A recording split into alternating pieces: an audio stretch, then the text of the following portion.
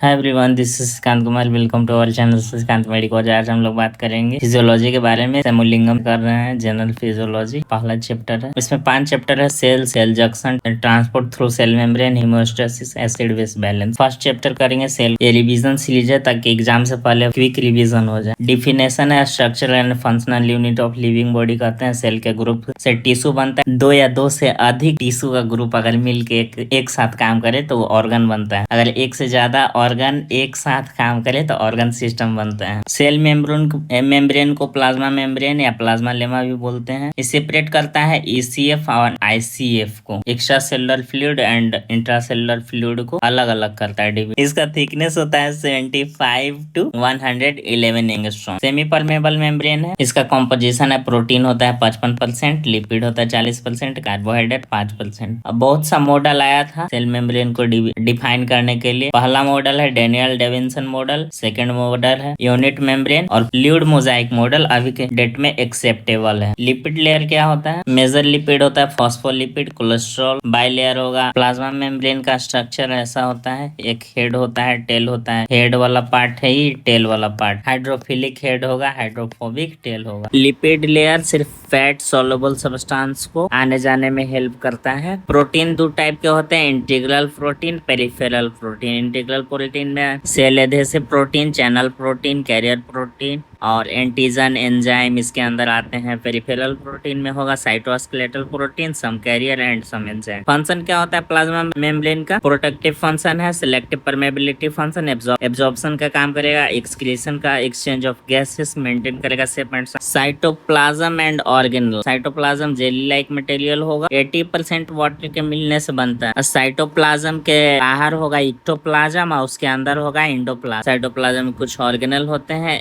Endoplasmic reticulum इसका काम है प्रोटीन सिंथेसिस का। Smooth endoplasmic reticulum lipid synthesis करेगा, कैल्शियम स्टोर करेगा, डिटॉक्सिफिकेशन में हेल्प करेगा। गोल्जी अपरेटस प्रोटीन को प्रोसेस करेगा, पैकेज करेगा, लेबलिंग करेगा। लाइसोसोम डाइजेस्ट करेगा मैक्रोमोलेक्यूल को, इसीलिए इसको सुसाइडल बैग कहते हैं। पेरोक्सिसोम ब्रेक डाउन करेगा, फैटी एसिड को डिटॉक्सिफाई करेगा। यूरिक एसिड फॉर्मेशन करेगा, बाइल एसिड माइलिन फॉर्मेशन में हेल्प करेगा। सेंट्रोसोम का क्या काम है? Chromosome movement during cell division. Mitochondria ATP synthesis करेगा, राइबोसोम प्रोटीन सिंथेसिस करेगा, इसमें मेम्ब्रेन नहीं होता है राइबोसोम में। साइटोस्केलेटल सेल से स्टेबिलिटी मेंटेन करेगा, मूवमेंट करने में हेल्प करेगा। न्यूक्लियस पूरे सेल के एक्टिविटी को कंट्रोल करेगा, RNA सिंथेसिस करेगा, हेडेटेड स्टोरेज है, इसमें DNA क्रोमोसोम वगैरह होते हैं। साइटोस्केलेटल में क्या है? ऑर्गेनल विदाउट मेम्ब्रेन, जिसमें आएगा microtubule, intermediate filament, microfilament. Microtubule का क्या काम है? सेल शेप मेंटेन करेगा, स्पिंडल फाइबर। इंटरमीडिएट फिलामेंट का क्या काम है? शेप को मेंटेन करेगा। माइक्रोफिलामेंट एक्टिन मायोसिन में होता है, स्ट्रक्चर स्ट्रेंथ प्रोवाइड करेगा, resist pulling force, cell movement, cytokinesis में भी हेल्प करेगा। न्यूक्लियस हम लोग पढ़ेंगे। न्यूक्लियस लार्जेस्ट ऑर्गेनल है, इसका डायमीटर 10 to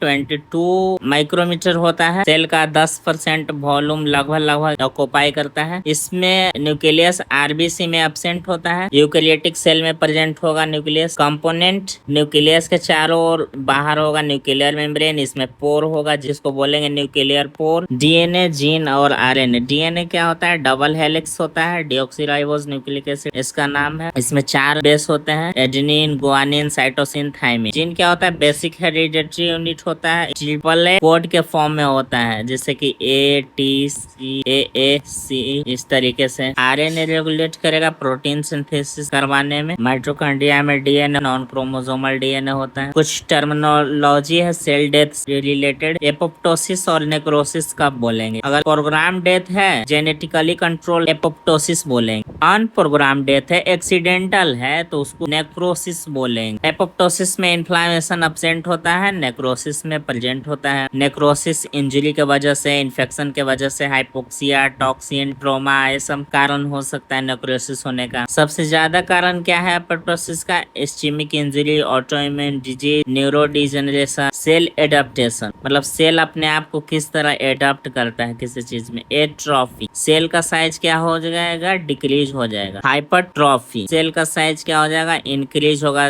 नॉर्मल से ज्यादा। फिजियोलॉजिकल एक्सरसाइज के वजह से हो सकता है, पैथोलॉजिकल सर्कल। और कार्डियक हाइपरट्रॉफी। हाइपरप्लेजिया क्या होगा, नंबर सेल का इंक्रीज होगा, पहले 2 थे, 2 से क्या हो जाएगा, नंबर इंक्रीज हो जाएगा। डिस्प्लेजिया क्या होगा, एबनॉर्मल चेंजेस हो जाएगा सेल साइज एंड शेप में। मेटाप्लेजिया क्या है, सेल चेंज हो जाता है एक से दूसरे रूप में, जैसे स्क्वामस सेल है तो चेंज हो गया कोलुमनार सेल, इसी को बोलते हैं metaplasia. That's it for today, आज के लिए बस इतना ही। मुलाकात फिर से होगी आने वाले अगले वीडियो का दौरान। सो तब तक के लिए धन्यवाद।